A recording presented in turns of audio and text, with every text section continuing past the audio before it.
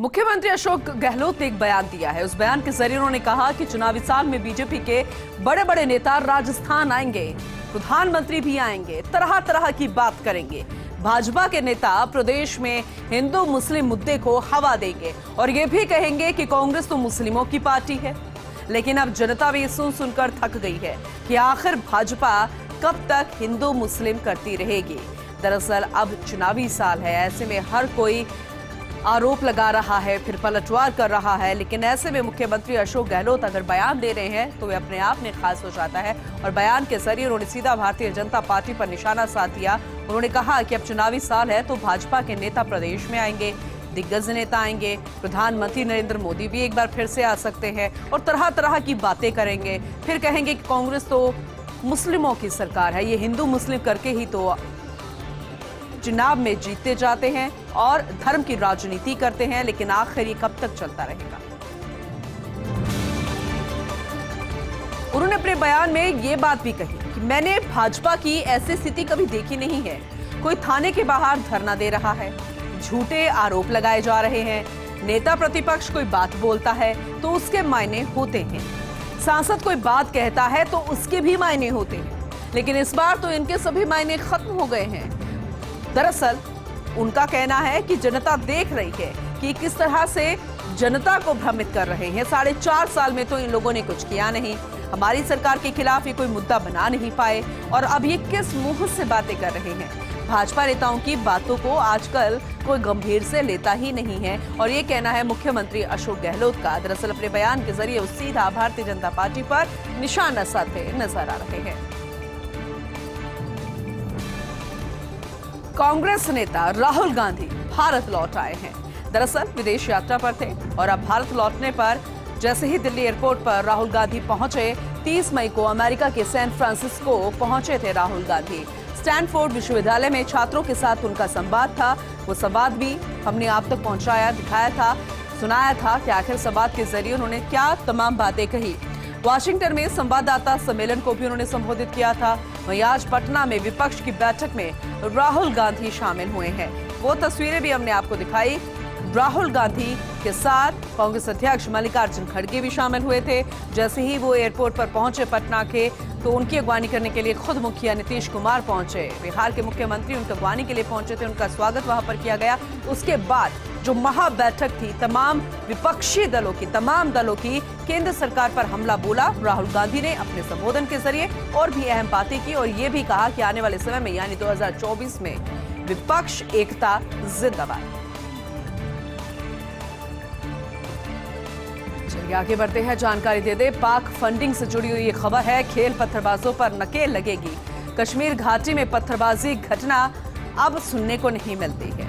2020 के बाद से लगाम लग गई है पत्थरबाजी की घटनाओं पर। पाकिस्तान की फंडिंग का नेटवर्क जो है उसका तो ज़मेदोज़ हो चुका है। गत साल अलगाववादी और पाक प्रायोजित पथराव की सिर्फ 5 घटनाएं सामने आई है। ये एक रिपोर्ट आई IB की, उसके अनुसार ISI ने पत्थरबाजों को 14 साल में 800 करोड़ की फंडिंग की है।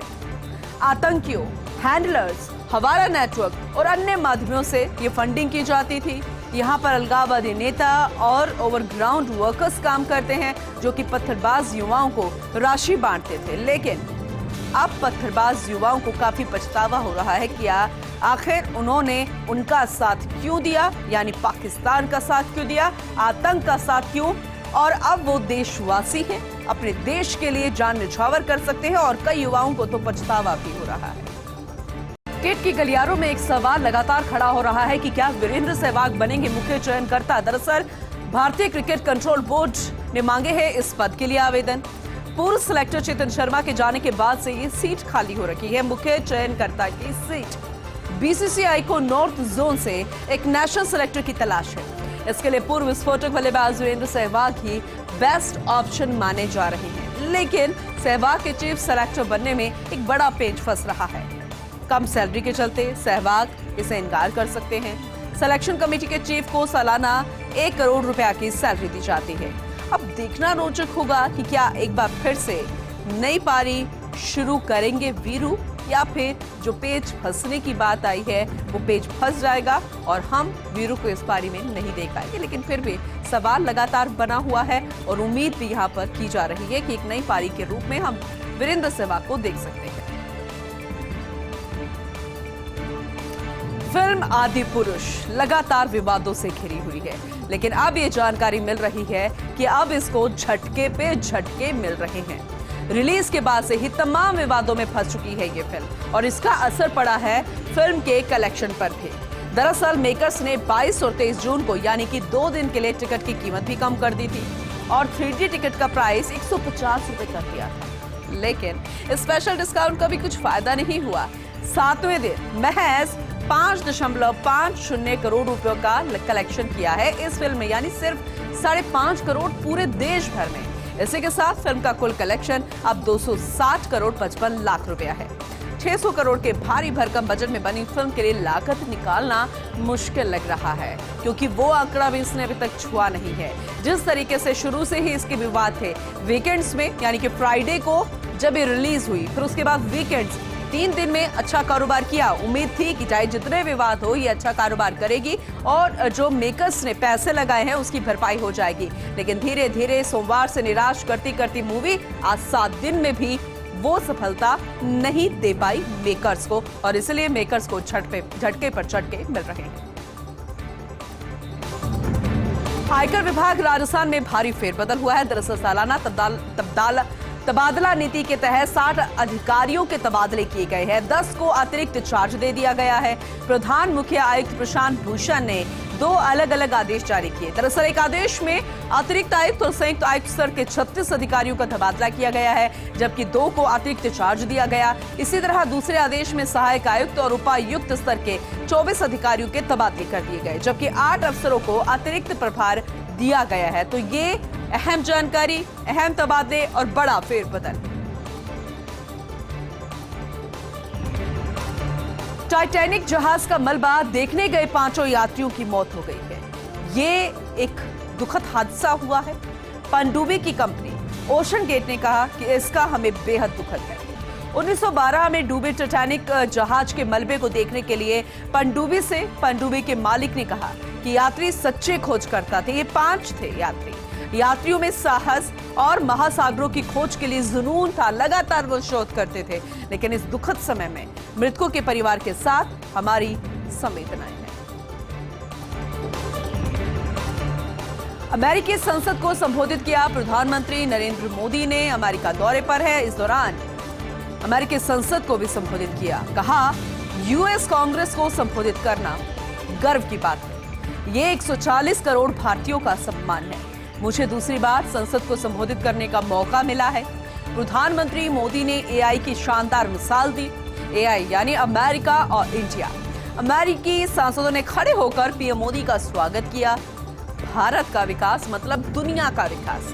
भारत में आदिवासी महिला राष्ट्रपति है। महिलाएं बेहतर भविष्य का नेतृत्व कर रही हैं।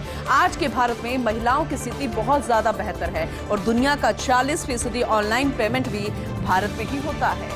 अमेरिका भारत का सबसे अहम डिफेंस पार्टनर भी है। अमेरिका आज भारत का सबसे बड़ा रक्षा सहयोगी भी है। यूक्रेन युद्ध से यूरोप की ओर युद्ध वापस लौटा। ये वक्त युद्ध का नहीं, बातचीत से समाधान जरूरी है। कट्टरवाद, आतंकवाद दुनिया के लिए बहुत बड़ा खतरा है। तो अपने संसद को संबोधित करते हुए प्रधानमंत्री नरेंद्र मोदी ने ये तमाम बातें। लेकिन जब अमेरिकी संसद में प्रधानमंत्री नरेंद्र मोदी अपना संबोधन दे रहे थे, ये वाकई में बहुत बड़ी बात है। दूसरी बार ऐसा मौका प्रधानमंत्री नरेंद्र मोदी को मिला है, लेकिन इसमें भी तमाम अहम बिंदु रहे हैं, तमाम अहम बातें रही है उनके संबोधन में। चलिए वो आपको बताते हैं। प्रधानमंत्री मोदी ने अपना पूरा भाषण अंग्रेजी में दिया। पीएम मोदी के भाषण के दौरान कई बार तालियां बजी। अमेरिकी सांसदों ने कई बार संबोधन के दौरान मोदी मोदी के नारे तक लगाए। अमेरिकी संसद को 2 बार संबोधित करने वाले पहले नेता बने हैं प्रधानमंत्री नरेंद्र मोदी। संसद में उपराष्ट्रपति कमला हैरिस और यूएस स्पीकर ने पीएम मोदी का स्वागत किया और इस संबोधन के बाद अमेरिकी सांसदों से भी मिले प्रधानमंत्री नरेंद्र मोदी। कई अमेरिकी सांसदों ने प्रधानमंत्री मोदी से ऑटोग्राफ भी लिया। कई अमेरिकी सांसदों ने प्रधानमंत्री मोदी के साथ सेल्फी भी ली। प्रधानमंत्री मोदी ने सभी सांसदों का हाथ हिलाकर अभिवादन किया। अमेरिकी सांसदों ने प्रधानमंत्री मोदी के संबोधन के दौरान 15 बार खड़े होकर तालियां बजाई। पीएम मोदी के भाषण के दौरान 79 बार तालियां बजी। पीएम मोदी को 15 बार स्टैंडिंग ओवेशन मिला। अब ये मुख्य बातें हैं जो कि संबोधन के दौरान प्रधानमंत्री नरेंद्र मोदी ने जब संबोधन दिया तब ये संसद में गूंज सुनाई।